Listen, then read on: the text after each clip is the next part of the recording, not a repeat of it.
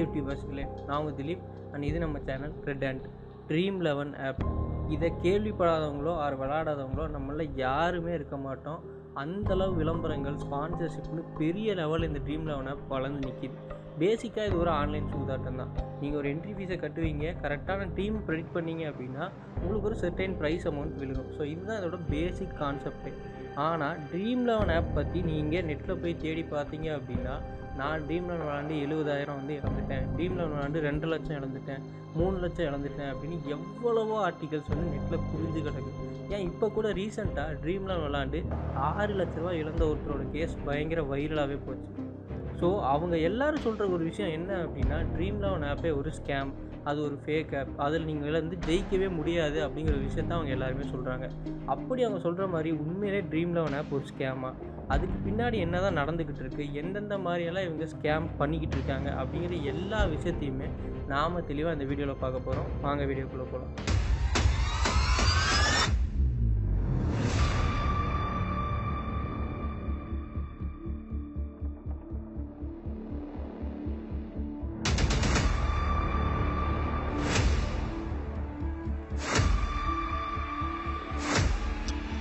இந்த Dream11 ஆப்பை நீங்கள் பழைய காலத்து சீட்டாட்ட கிளப்போட கம்பேர் பண்ணி பார்த்தீங்கன்னா அப்படியே அந்த கான்செப்ட் பக்காவாக மேட்ச் ஆகும்.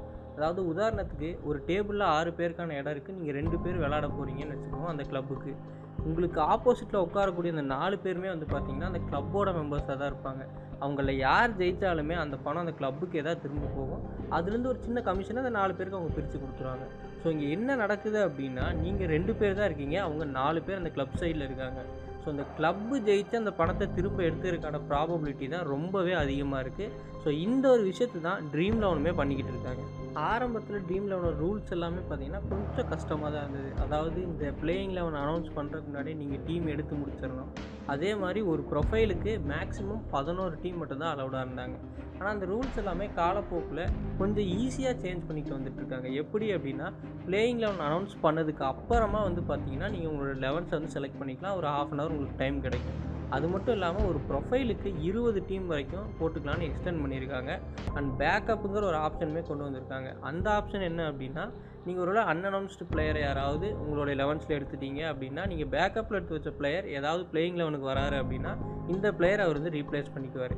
இந்த ரூல்ஸ் எல்லாம் மேலோட்டமாக பார்க்கும்போது மக்களுக்கு கொஞ்சம் ஹெல்ப்ஃபுல்லாக இருக்கட்டும் அப்படின்னு அவங்க கொண்டு வராங்க அப்படிங்கிற மாதிரி தான் நமக்கு தோணும். பட் இது எல்லாமே வந்து பார்த்திங்கன்னா அவங்க அந்த கான்டெஸ்ட்டில் வைக்கக்கூடிய அவங்களோட Dream11 சொந்த ப்ரொஃபைல்ஸ் இருக்கு இல்லையா, அந்த ப்ரொஃபைல்ஸ் எல்லாமே ஜெயிக்கிறதுக்கான வின்னிங் பர்சன்டேஜை வந்து அதிகப்படுத்தி அவங்க கம்பெனிக்கு இன்னும் காசை வந்து எடுத்துக்கிறதுக்காக தான் இந்த மாதிரியான ஈஸியான ரூல்ஸ் அவங்க கொண்டு வந்திருக்காங்க அப்படின்னு கொஞ்சம் லாஜிக்கலாக யோசிச்சு பார்த்தா உங்களுக்கே புரியும். ஆரம்பத்தில் பார்த்தீங்கன்னா என்ன தான் அவங்க போடக்கூடிய கான்டெஸ்ட்டோட வின்னிங் ப்ரைஸ் அப்படிங்கிறது கொஞ்சம் கம்மியாக, அதாவது ஒரு 10,000 5,000 அப்படி இருந்தாலுமே பார்த்தீங்கன்னா அந்த கான்டெஸ்ட்டில் சேரக்கூடிய டீம்ஸோட அளவுமே வந்து கொஞ்சம் கம்மியாக தான் இருக்கும். ரொம்ப பெரிய கிராண்ட் லீக்லேயே கூட ஒரு 20,000 டீம் அந்த மாதிரி தான் சேருவாங்க. ஸோ உங்களோட வின்னிங் ப்ராபபிலிட்டி கொஞ்சம் அதிகமாகவே இருக்கும். ஆனால் அதே மாதிரி இன்னும் ஒரு சில கான்டெஸ்ட்டில் ஆரம்ப காலத்தில் பார்த்திங்கன்னா என்ட்ரி ஃபீஸ் ஒரு 75 ரூபா தான் இருக்கும். மொத்தமே ஒரு 5,000 டீம் தான் விளாடுவாங்க. அதில் ஃபஸ்ட் ப்ரைஸ் அடித்தா நீங்கள் 1 லட்ச ரூபா வரைக்கும் ஜெயிக்கிற மாதிரி இருக்கும். ஸோ இந்த மாதிரி தான் ஆரம்ப காலத்தில் இருந்துட்டு இருந்துச்சு. பட் இப்போ இதை எப்படி மாற்றிருக்காங்க அப்படின்னா, ஃபஸ்ட் ப்ரைஸே பார்த்தீங்கன்னா உங்களுக்கு ஒரு 3 கோடி, செகண்ட் ப்ரைஸ் ஒரு 50 லட்சம், தேர்ட் ப்ரைஸ் வந்து ஒரு 10 லட்சம் அப்படின்னு சொல்லிட்டு இந்த ஃபஸ்ட்டு டு 10க்குள்ளே இருக்கிற பிளேஸஸ்லாம் பார்த்தீங்கன்னா லட்சக்கணக்கில் கோடிக்கணக்கில் வந்து ப்ரைஸ் அமௌண்ட்டை ஃபிக்ஸ் பண்ணி வச்சுருக்காங்க. அண்ட் அதுக்கு கீழே டேரெக்டாக அப்படியே அந்த 11th 12th இந்த மாதிரி பிளேஸ்லாம் வரப்போ டேரெக்டாக ஒரு 10,000 5,000 அந்த மாதிரி ப்ரைஸ் அமௌண்ட்டுக்கு கொண்டு வந்துடுறாங்க. இதில் விளையாடக்கூடிய டீம்ஸுமே பார்த்தீங்கன்னா கிராண்ட் லீக்கில் சராசரியாக ஒரு 50 லட்சம் டீம் வரைக்குமே விளையாடுற மாதிரி தான் கான்டெஸ்ட்லாம் இருக்குது. இப்போ இன்கேஸ் நீங்கள் வந்து ஒரு 12வது இடம் இல்லை ஒரு 13வது இடத்துல இருக்கீங்க அப்படின்னா, உங்களோட ஒரு 2 பாயிண்ட் அதிகமாக எடுத்தவன் அப்படின்னா ஒரு 6வது இடத்துல 5வது இடத்துல இருக்குன்னா உங்களோட ப்ரைஸ் அமௌண்ட் வந்து பார்த்திங்கன்னா ஒரு 10,000 5,000 அப்படி தான் இருக்கும்.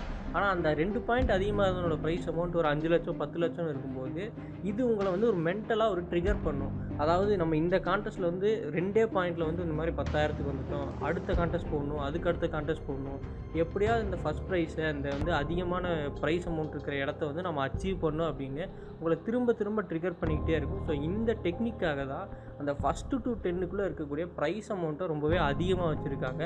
பட் நீங்கள் என்ன தான் விளாண்டாலுமே ஒரு 50 லட்சம் டீம் இருக்கக்கூடிய ஒரு கான்டெஸ்ட்டில் நீங்கள் ஜெயிக்கிறது அப்படிங்கிறதுக்கான பாசிபிலிட்டி ரொம்ப ரொம்ப கம்மி தான். இப்போ நம்ம பேச போகிறது தான் ரொம்பவே முக்கியமான ஒரு விஷயம். ட்ரீம் 11 அப்படிங்கிற ஒரு டாபிக் எடுத்தோம்னா இதை பற்றி பேசாமல் யாருமே இருக்க மாட்டாங்க. பாட் டீம்ஸ். நான் முன்னாடியே சொன்ன மாதிரி அந்த சீட்டாட்ட கிளப்பில் 4 கிளப் மெம்பர்ஸ் நம்ம கூட விளையாடுவாங்கன்னு சொன்னோம் இல்லையா? ஸோ சேம் அதே கான்செப்ட் தான். ட்ரீம் 11 சொந்தமாக ஃபேக் ப்ரொஃபைல்ஸை க்ரியேட் பண்ணி அவங்க நடத்துகிற இந்த கான்டெஸ்ட்டில் வந்து கலந்துக்க வைப்பாங்க. அதுவும் 1-2 டீம்லாம் கிடையாது. இப்போ 1,00,000 டீம் வந்து மொத்தமாக கான்டெஸ்ட் ஆடுது அப்படின்னா அதில் கிட்டத்தட்ட 40,000 to 50,000 டீம் வந்து பார்த்திங்கன்னா ட்ரீம் 11ஓட பாட் டீம்ஸாக தான் இருக்கும். ஸோ உங்களோட ப்ராபபிலிட்டி மேக்ஸிமம் நீங்கள் 20 டீம் போட்டாலுமே 20 டீமில் ஏதோ ஒரு டீம் ஜெயிக்கும் அப்படிங்கிறது தான். ஆனால் இதே ட்ரீம் 11ஓட ப்ராபபிலிட்டி பார்த்திங்கன்னா அந்த 40,000 50,000 டீமில் ஏதோ ஒரு டீம் ஜெயிக்கும் அப்படிங்கிறது. ஸோ நீங்கள் கணக்கு போட்டு பார்த்தீங்கன்னா நம்ம ஜெயிக்கிறத விட அந்த பெரிய பெரிய ப்ரைஸஸ் எல்லாமே ட்ரீம் 11 டீம் ஜெயிக்கிறது தான் அதிகமாக இருக்கும் அப்படின்னு சொல்கிறத விட கிராண்ட் லீக் எல்லாத்துலேயுமே அந்த ஃபஸ்ட்டு டு 10th அந்த ப்ரைஸ் இருக்குல்லையா, அந்த அதிகப்படியான கேஷ் அமௌண்ட் ப்ரைஸ், அதை எல்லாத்தையுமே ஜெயிக்கிறது பாட் டீம்ஸ் தான். அது எப்படிடா எல்லா மேட்சுமே பாட் டீம்ஸ் ஜெயிக்க முடியும் அப்படின்னு நீங்கள் யோசிக்கலாம். நான் முன்னாடியே சொன்ன மாதிரி கிட்டத்தட்ட பாதிக்கு பாதி வந்து பாட் டீம்ஸ் ட்ரீம் 11 வச்சுருக்கனால அந்த 11ஸில் இருக்கக்கூடிய அத்தனை காம்பினேஷன் ஆஃப் டீமையுமே வந்து ட்ரீம் 11ஆல் உருவாக்க முடியும், அந்த அல்காரிதத்தால் உருவாக்க முடியும். உதாரணமாக சொல்லணும் அப்படின்னா, இப்போது ஒரு இந்தியா ஆஸ்திரேலியா மேட்ச் இருக்குது அப்படின்னா ரோஹித் சர்மா விராட் கோலி கேப்டனாக போட்டு மீதி இருக்க 9 பிளேயரை கலச்சு போட்டு மாற்றிடும். அதே மாதிரி விராட் கோலி கேப்டன் ரோஹித் சர்மா வைஸ் கேப்டனாக போட்டு மீதி இருக்க 9 பிளேயரை கலச்சு போட்டு மாற்றிடும். அண்ட் இதே மாதிரி கமின்ஸை கேப்டனாக போட்டு ஹெட்டை வைஸ் கேப்டனாக போட்டு மீதி இருக்க 9 பிளேயர்ஸை கலச்சு போட்டு மாற்றிடும். ஸோ இந்த மாதிரியான என்னென்ன காம்பினேஷன் வந்து பாசிபிளாக இருக்கோ அத்தனை காம்பினேஷன் ஆஃப் டீமையுமே வந்து ட்ரீம் 11 பாட் ப்ரொஃபைலை யூஸ் பண்ணி அவங்களால கான்டெஸ்ட்டில் ஜாயின் பண்ண வைக்க முடியும்.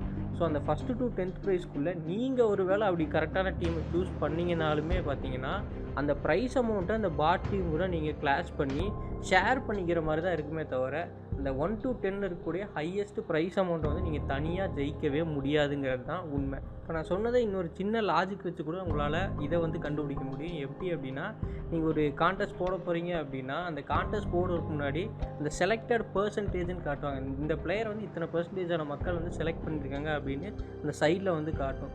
அதில் நீங்கள் பார்த்தீங்கன்னாவே தெரியும், இந்த அன்அனௌன்ஸ்டாக இருக்க பிளேயர்ஸுமே வந்து பார்த்திங்கன்னா இந்த 0.1% அந்த மாதிரியான செலெக்ஷன் பர்சன்டேஜில் காட்டும். ஸோ அன்அனௌன்ஸ்டாக இருக்க பிளேயர்ஸை யாருமே கண்டிப்பாக எடுக்க போகிறதில்ல. நம்ம எல்லாருக்குமே வந்து லாஜிக்கலாக திங்க் பண்ணுற அறிவு இருக்குது. அப்படி இருக்கும்போது எப்படி அன்அனௌன்ஸ்டாக இருக்க பிளேயருக்கு அந்த பர்சன்டேஜ் செலெக்ஷன் காட்டுது? ஸோ இதுதான் அந்த பாட் ப்ரொஃபைல்ஸோட அல்காரிதம் காம்பினேஷன். ஸோ அது நான் முன்னாடியே சொன்ன மாதிரி எல்லா பாசிபிள் காம்பினேஷன்ஸ்லையும் டீம் எடுக்கிறதுனால சம்டைம்ஸ் இந்த அன்அனௌன்ஸ்டு பிளேயர்ஸுமே வந்து பார்த்திங்கன்னா உள்ளே எடுத்து போட்டுருந்துச்சு.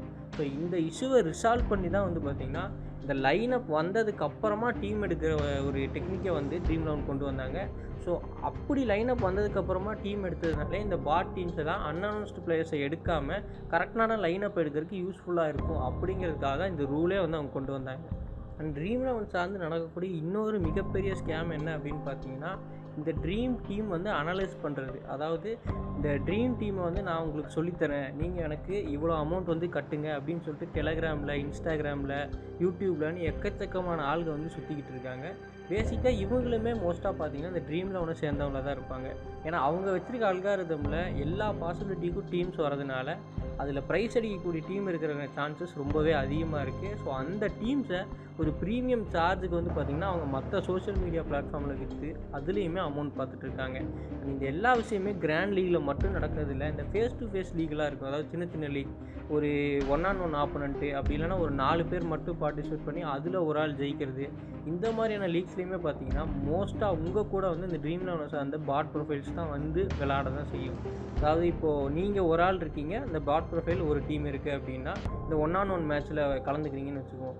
இதில் நீங்கள் 2 பேரும் ஒரு என்ட்ரி ஃபீஸ் கட்டுவீங்க, அதுவும் ட்ரீம் 11 போகும். அண்ட் இன்கேஸ் அந்த பாட் ப்ரொஃபைல் ஜெயிச்சதுன்னா அந்த அமௌண்ட்டுமே ட்ரீம் 11 போயிடும். அதில் ஒரு வேளை லக் இருந்தால் வேணால் நீங்கள் ஜெயிச்சு உங்களுக்கான காசை வந்து எடுத்துக்கலாம். அண்ட் 4 பேர் டீம் இருக்கிற கான்டெஸ்ட்லேயுமே பார்த்தீங்கன்னா இந்த விஷயம் தான் நடந்துக்கிட்டு. என்னடா ட்ரீம் 11 பற்றி மட்டுமே சொல்லிக்கிட்டு இருக்கே, வேறு எங்கேயுமே இதெல்லாம் நடக்கிறது இல்லையான்னு கேட்காதீங்க. இது எல்லா விஷயத்துக்குமே ட்ரீம் 11 ஒரு எக்ஸாம்பிளாக மட்டும்தான் எடுத்து நான் பேசியிருக்கேன். நீங்கள் ஆன்லைனில் பார்க்கக்கூடிய எல்லா பெட்டிங் ஆப்ஸ் அண்ட் வெப்சைட்ஸ்லையுமே பார்த்தீங்கன்னா இந்த மாதிரியான விஷயங்கள் தான் நடந்துக்கிட்டு இருக்குது. ஸோ நீங்கள் அதிகப்படியான காசு சம்பாதிக்கிறதுக்கான இடம் ஆன்லைன் பெட்டிங் கண்டிப்பாக கிடையாது. இதை நம்பி அதிகப்படியான காசை தயவு செய்து யாரும் இன்வெஸ்ட் பண்ணாதீங்க. ஏன்னா இப்படி இன்வெஸ்ட் பண்ணி நடுத்தரில் நிற்கிறவங்களோட, தற்கொலை பண்ணிக்கிட்டவங்களோட எத்தனையோ நியூஸஸை வந்து தினம் நம்ம பார்த்துக்கிட்டு தான் இருக்கோம். ஸோ இந்த மாதிரியான விஷயங்கள்லேருந்து தள்ளி இருக்கிறது தான் நம்ம எல்லாருக்குமே ரொம்ப நல்லது. வீடியோ பிடிச்சிருந்தா லைக் பண்ணுங்கள். இந்த வீடியோவை கண்டிப்பாக நிறைய பேருக்கு ஷேர் பண்ணுங்கள். முக்கியமாக இந்த மாதிரி ஆன்லைன் பெட்டிங் விளையாட உங்களோட ஃப்ரெண்ட்ஸ் எல்லாருக்குமே ஷேர் பண்ணுங்கள். அவங்க எல்லாருமே இந்த மாதிரியான விஷயங்களை தெரிஞ்சுக்க வேண்டியது ரொம்பவே அவசியம். இதே மாதிரியான நிறையா இன்ட்ரெஸ்டிங்கான வீடியோஸை பார்க்க நம்ம ரெட் ஆன் சேனலை சப்ஸ்கிரைப் பண்ணி பெல் ஐக்கானையும் ப்ரெஸ் பண்ணிடுங்க.